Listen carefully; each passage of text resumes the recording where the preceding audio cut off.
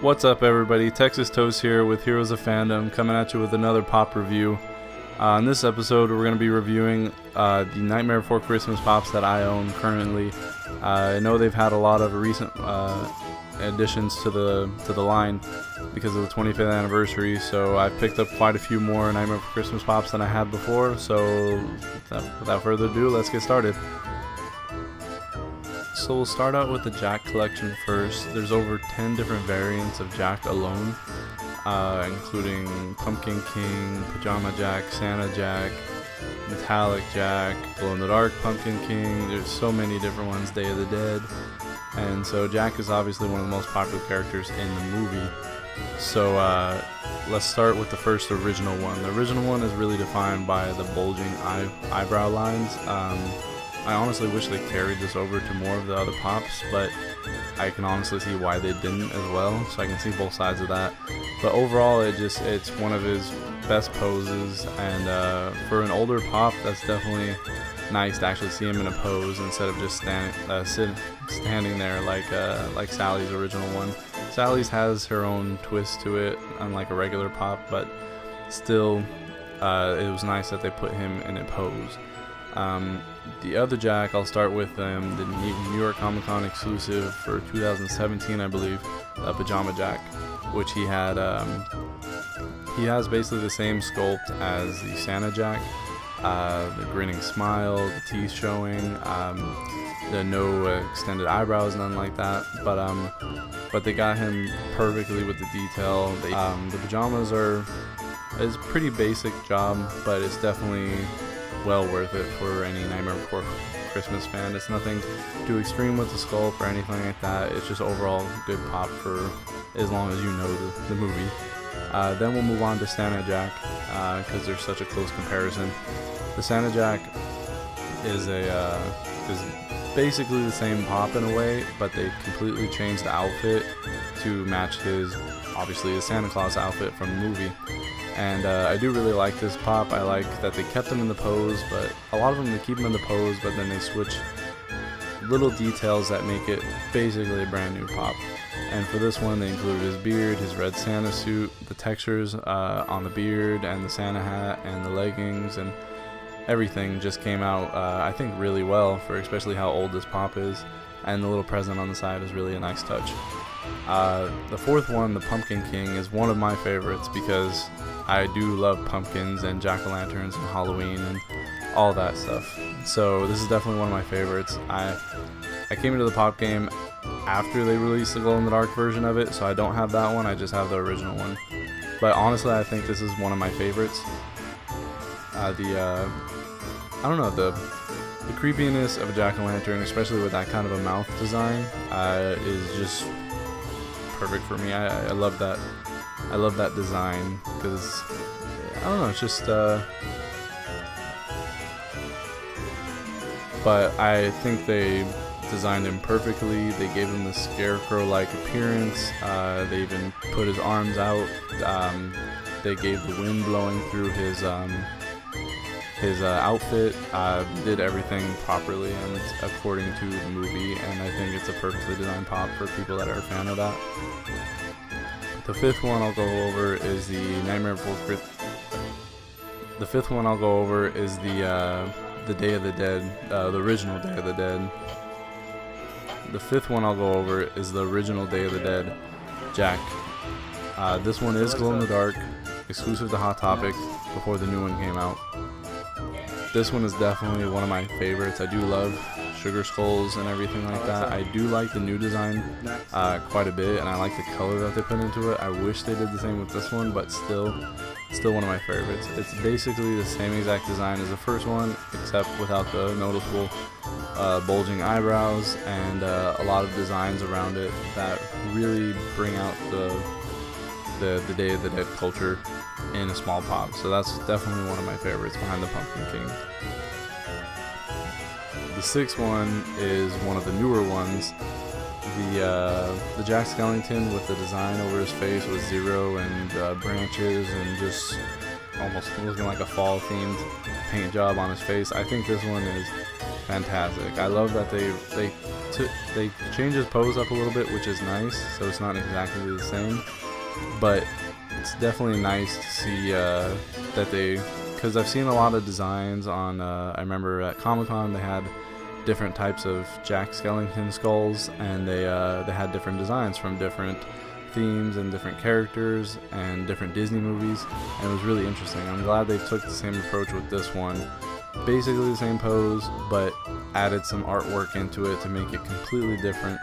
And yeah, I think the paint job was fantastic on this one. I think everything came out fantastic on this one, and it definitely is a must-have. It is also a Hot Topic exclusive as well.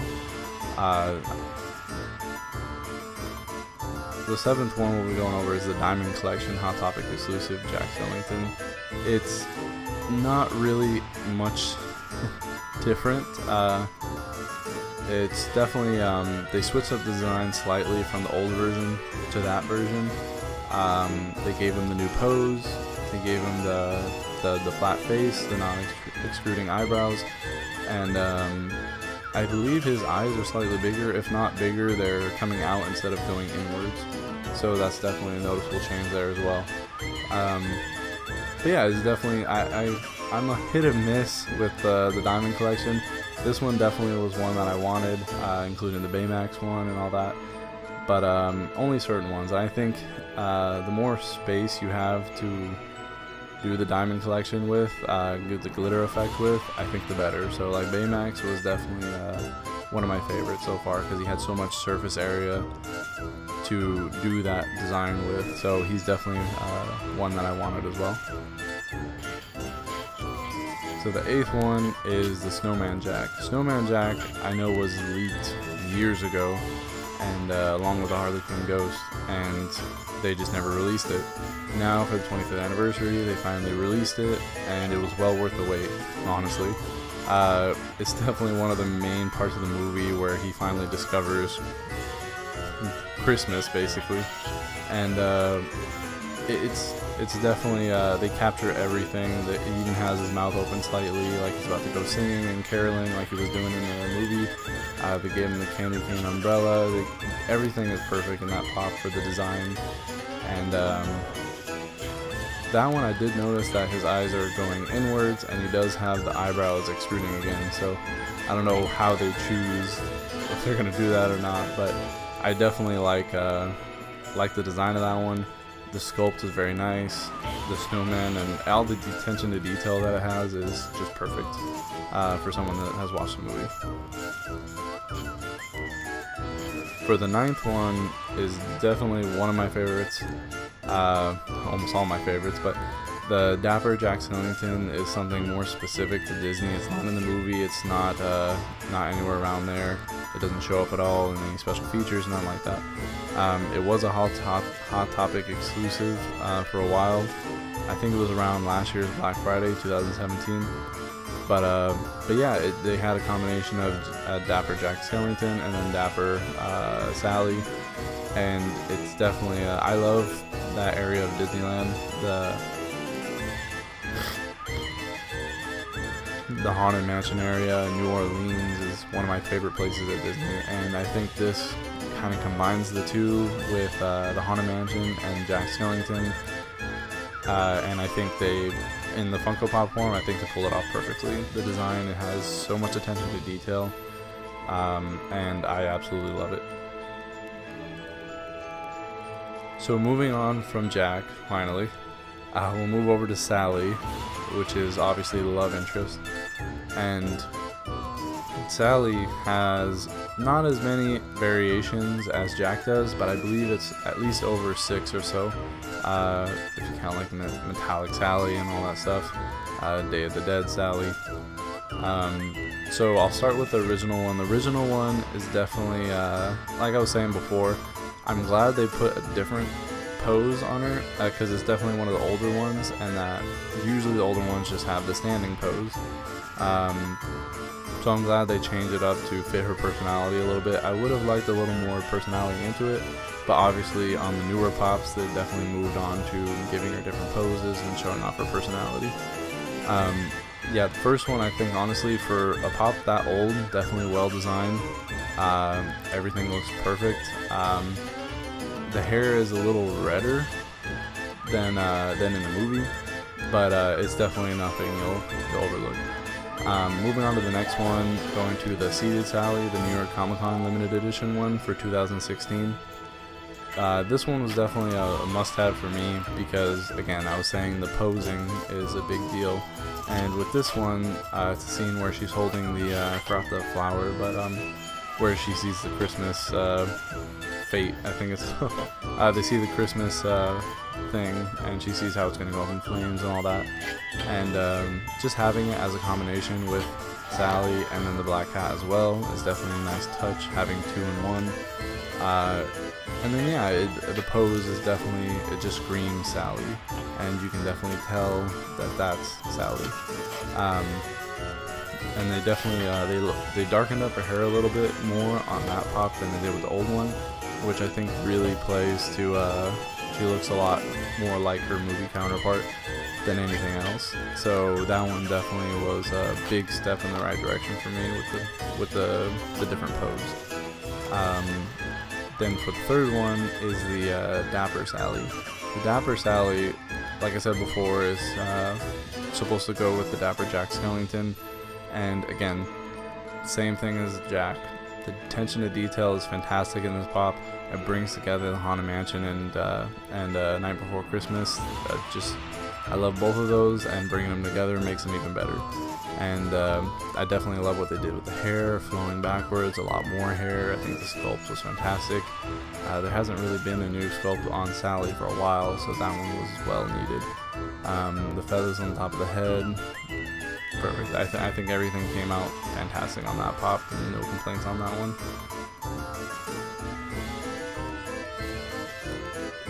So moving on to Zero. Zero is definitely one of me and my girlfriend's favorite characters. I love wiener dogs. I'm pretty sure it's a ghost of a wiener dog.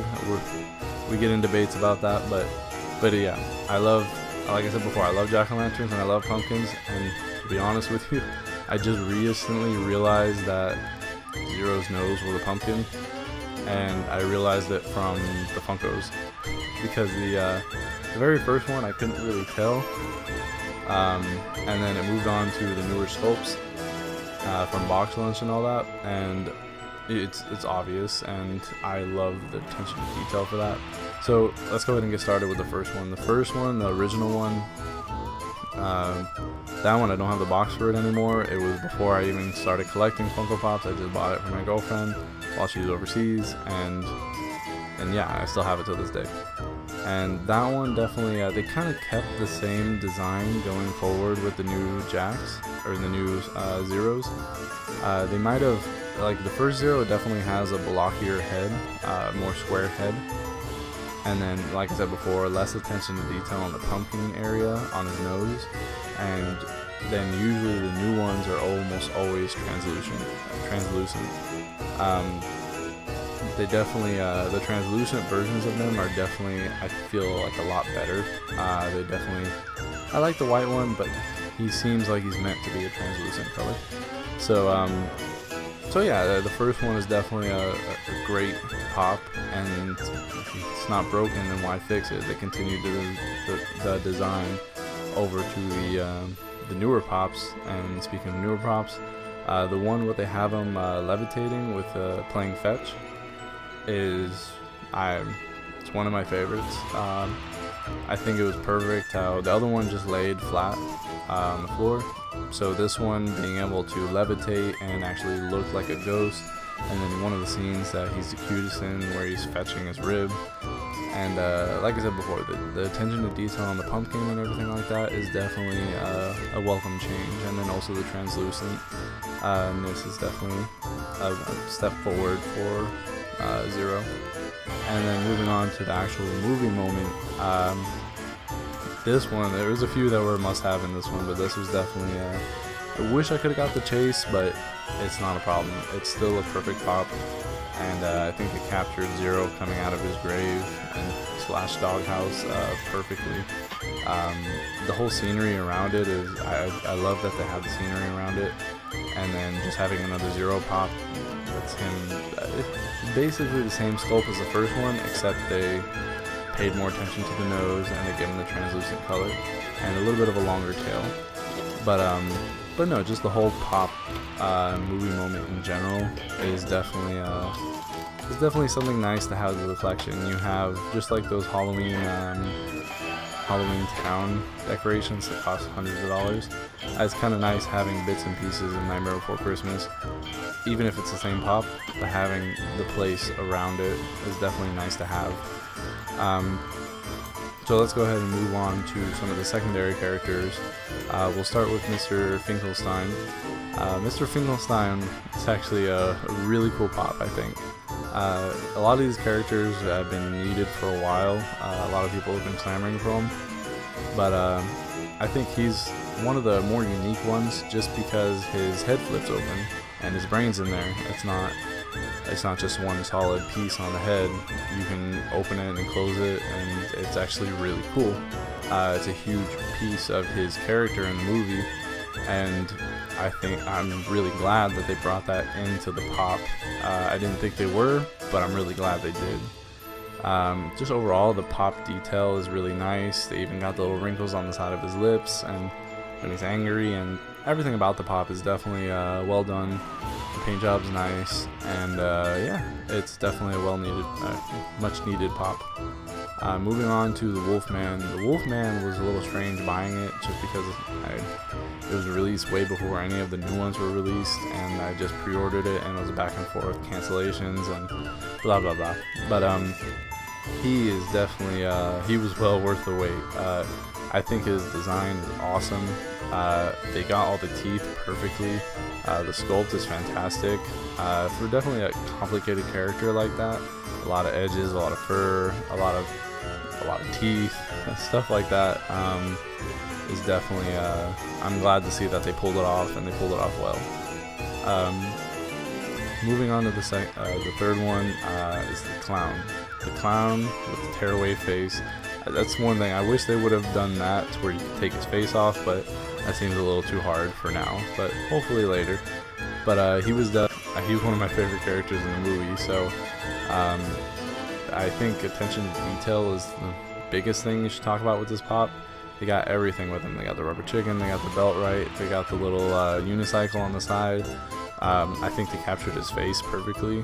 The big red nose, the huge grinning smile with the serrated teeth, and just everything about his design doesn't. It's changed for Funko, but it really doesn't take away the what makes the clown. And even though some of his features are exaggerated more than usual, he still, like, instantly you'll know who that is, and they captured his personality perfectly in that one, I think. So moving on to another character that was a little hard to get for me is the Devil. The Devil is definitely he's not in the movie very much, but he's definitely a noticeable character. Obviously, he's the Devil. This was an exclusive to Walgreens, and I ended up buying it off eBay just because it was sold out at every Walgreens I went to. So, but yeah, I think, again, the same thing. They did really well with this line. I think they had to do really well with this line, or else a lot of people would be upset. But the paint job is fantastic. The sculpt is fantastic. I think they captured his face perfectly. The humongous nose, the pointed beard, the jagged teeth, the bulging eyes, the huge eyebrows. Everything about him is just basically perfect down to the last detail. They really didn't skip out on anything for this one, and again, it's all about the pose and how their faces that really screams their personality, and the fact that Funko can really push these personalities into these stationary toys is amazing.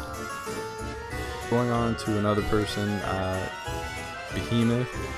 It's definitely an interesting one. He was a New York Comic Con exclusive a while back. He's an interesting character, just to say the least. He's very silent. Again, like I said, they really captured his personality. You could just see it in his face. He's somebody that doesn't talk very much, obviously. he's erratic at sometimes, but very slowly. It's strange. It's hard to describe him, but just the way they designed the face with the little bottom lip up higher than top, and I don't know, just the eyes kind of puffy and red, and everything about that, and the white dead eyes. It just screams Behemoth and shows off his personality so well. They caught his design perfectly. The gloves, the overalls, the big feet, everything. So yeah, that's definitely that one I got quite a while ago, so that's definitely one of my favorite pops too. Moving on to the main antagonist, Oogie Boogie. Oogie Boogie is my favorite character, hands down. I love his voice, I love his singing voice, and I love how he acts in the movie. It's definitely interesting, it keeps me entertained. I've always been kind of a fan of villains, as you can tell from all the Five Nights at Freddy pops and the stuff that's a little creepy, a little off-putting, and I think it's interesting. So they released a new version of Oogie Boogie recently, but I'll start with the old one. The old one is definitely one of my favorites. Definitely, I wish I could have got some of the other variants, like the one where he's more tan. Actually looks like a bag. That was an exclusive to Hot Topic. But yeah, the new version actually took away all of the bag and took away his skin basically, and put him in the scene where he's just all bugs, and it's just Oogie Boogie, but he's all bugs. And I think it would have worked better if it actually showed him in agony or in like concern or something, in his facial expressions or anything like that, just to show that specific part of the movie. But nonetheless, I still love how they did this pop. One of my friends said it kind of looks like I put the pop in the sun too long and it started melting away, and honestly it kind of does resemble that, but I think that's kind of how it's supposed to look in a way. It's definitely a little bit on the creepier side, but yeah, I think this was definitely a really out there pop, and they really reached for it, but I think they did pretty well on it. Only recommendation I would have is maybe switch the emotions, because he's not supposed to be happy in that state. But overall, still a must-have and a great pop. I think it was really interesting, and it was something unique, and I enjoyed it. So moving on to the non-pop related items, they did release the Jack Skellington head for the 25th year anniversary. It was a Hot Topic exclusive, and once I saw it, I knew I had to have it. Like I said before, we went to San Diego Comic-Con, and we saw they had different Jack Skellington heads, but with different designs from different Disney movies, or just different like steampunk head and stuff like that. So when I saw this one, I knew I had to get it. And this one, it has a painting in the back, basically all over his head, of the forest that he was walking through, searching around, or actually sleepwalking in a way. But yeah, if you look closely underneath the right eye as well, you can see Jack walking. You can see his arm and his head. I believe he's singing. I'm not 100% sure, but yeah, it's definitely something unique. It's not a pop, but it's definitely something that a Nightmare Before Christmas fan would want for sure. And just having a giant, almost life, or I wouldn't want to say life-size Jack Skellington head, but just the artwork in it as well makes it really unique, and it's really different from everything else you can get as a collectible for Nightmare Before Christmas, so it's definitely a enjoyable purchase. And then moving on to the Super Deluxe Jack Skellington and Zero. I've never seen these before, and honestly I thought this was going to be tiny, like those 5-star figurines, but once I saw the unboxing on Funko's Instagram, I was like, holy crap, it's a lot bigger than I thought it was, and for the $40 price tag, it better be that big. But honestly, I thought it was a fantastic new design. A little different than the Funkos, and more towards almost like Disney sculptures that you would buy at Disneyland. And I don't know, there's something about it it's a little different, and I like it. And then again, the pose is definitely a big part for me as well.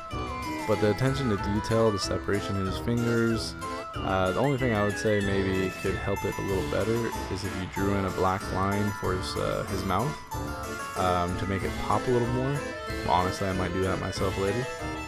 But yeah, the whole pop in general just captures his personality and his fun-loving personality pretty well, and just everything about the pop, the pose, the positioning, the detail to every feature of his body, and then also Zero on the side wrapping around him is just awesome. And it's definitely a refreshing thing from always having the Funko Pops. It's a refreshing change. Not saying I don't like Funko Pops, but it's definitely a nice and unique, like I've been saying with a lot of these things, figurine, and definitely worth adding to the collection. Last but not least, the one that everybody's been clamoring for, the Under the Moonlight movie moment. Definitely was, once I saw it, I pre-ordered it immediately. I needed it, and it was one that I've always wanted, because that was one of my, almost everybody's favorite scenes. It was iconic. It's just, I don't know, it's just, it wraps up the whole movie in a nutshell. That's what that movie moment does. And the fact that they got all the details right, they have the fence on the right side, they have the icicles hanging down from the swirling hill, they have the pumpkins on the side with snow on top, the cemetery in the background, and their positions with the wind blowing through Sally's hair, and then Jack having his mouth open singing to her while he comes up the hill and basically confesses their love to each other. It's definitely, they captured it so well with just one static moment, and I think that's one thing that Funko does the best, especially with these recent movie moments that are coming out. Yeah, Funko can just capture an entire movie or an entire feeling that you had in one static shot, and that's definitely one reason why I left this for last, and it's one of my favorites. Out of this collection is definitely my favorite. And then throwing in the little pumpkins on the side is always good measure for me. But other than that, that's pretty much it. It's quite a lot. It's quite a big collection, and I don't even have all of them yet. So yeah, it's definitely a well-celebrated movie, well-celebrated franchise. Nightmare Before Christmas will be watched every year in this house during Halloween and Christmas. So I think Funko did a great job on capturing the magic of Nightmare Before Christmas, and just like I said, every single character here has the personality from the movie, and whenever I look at them, I will see the character from the movie, not just a figurine, but the character from the movie, and I can even hear them talking and everything. So I think Funko did a fantastic job and really did well for the 25th anniversary. But without further ado, this was Texas Toast with Heroes of Fandom. Thank you for joining me in the Pop Corner. Signing out.